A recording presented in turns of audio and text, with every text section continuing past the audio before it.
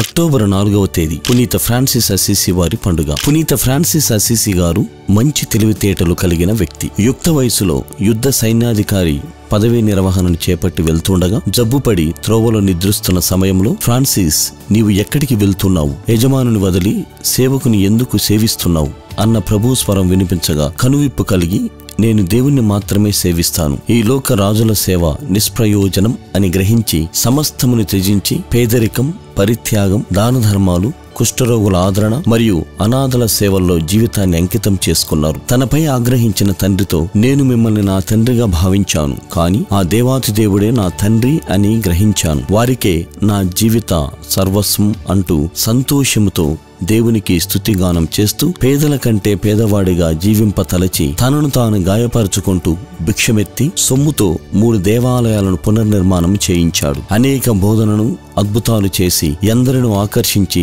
సభను స్థాపించారు. ఫ్రాన్సిస్ గారు ప్రకృతి ద్వారా దేవుని మహిమపరుస్తూ పేదల సేవ, అవిశ్వాసుల మనసు మార్చ ప్రయత్నించేవాడు. యేసు శిలువ సంస్కరణ నాడు వీరు ప్రార్థిస్తూ ఉండగా పంచగాయాలు పొంది ఘోరమైన వేదనను అనుభవించి అసిసిలో స్వర్గస్థులయ్యారు.